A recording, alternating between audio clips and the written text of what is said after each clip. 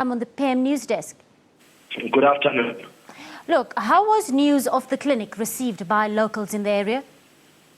Well, I think the initiative is twofold.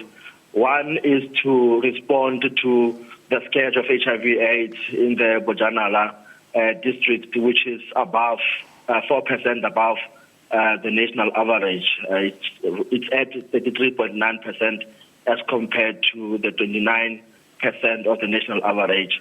And secondly is to really see to it that the preventive measures are put in place to respond critically to this case of HIV/AIDS in the form of male circumcision, and also a drive to people to get really tested and have their status known. Will HIV counseling and testing be freely available at the clinic, Sello? Yes, it will. Just today, over 150 males ranging from between 15 years were circumcised today, and there will also be voluntary counseling and testing at the clinic. But remember that Bojanala remains an area of concern.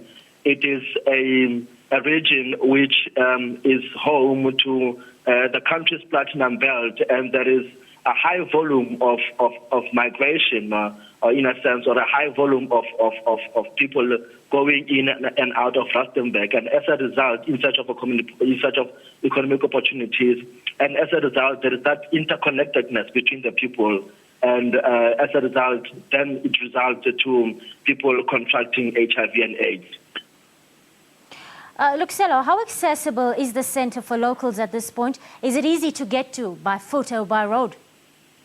Yes, it is accessible. It is at the center of Phokeng, but obviously people from places like Marigana will have to travel more than 20 kilometers to access the facility. But when we asked the MEC about what you are talking about, he told us that there will be other clinics that will be built in other areas around Rustenburg to really see to it that the scourge of HIV and AIDS is addressed in the Bojanala district. Look, Sello, we know even though circumcision does reduce the risk of contracting HIV by up to 60%, it does not mean that men must stop using condoms now. How effectively is the Department of Health communicating this message to people on the ground?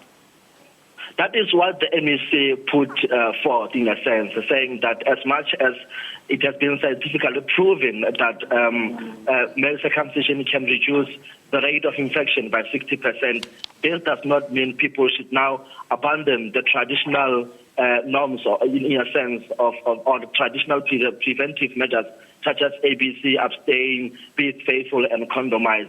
He's saying that they are just doing this as a preventive measure, as one of the preventive measures, but that should not necessarily mean people should abandon your ABC and so forth. Thank you. Sello Taitai, our reporter on the line to us from Rustenburg. Now, 3 clinical trials, those done in Uganda, Kenya and Orange Farm right here in South Africa, show consistent results that male circumcision does indeed reduce the risk of HIV for circumcised heterosexual men.